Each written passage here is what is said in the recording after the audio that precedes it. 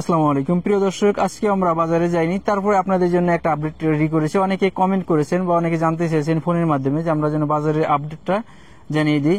আমরা পেঁয়াজের দুইটা আপডেট পেয়েছি। একটা আব্দুল খালেক ভাই ইনি আমাদের পেঁয়াজের আপডেটটা জানিয়েছে এবং মোহাম্মদ মনিরুজ্জামান ভাই ইনি একজন পেঁয়াজের ব্যবসায়ী। দুইজনের মাধ্যমে আমরা আপডেটটা পেয়েছি।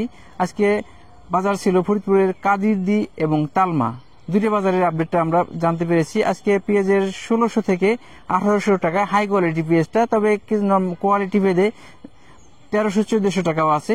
সেটা সাধারণত নগদ খেয়ে ফেলার জন্য, আর স্টক করার বা ভালো কোয়ালিটি পেঁয়াজটা 1600 থেকে 1800 টাকার মধ্যেই আছে।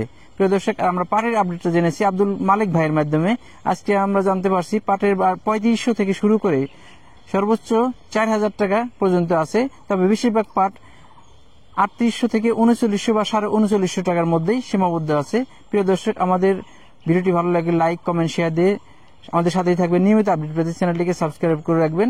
যা ফেসবুক থেকে দেখছেন চ্যানেলটিকে ফলো করে রাখবেন। আগামীকাল থেকে ইনশাআল্লাহ আমরা বাজারে গিয়ে আপডেট দিব। ধন্যবাদ সবাইকে। আল্লাহ হাফেজ।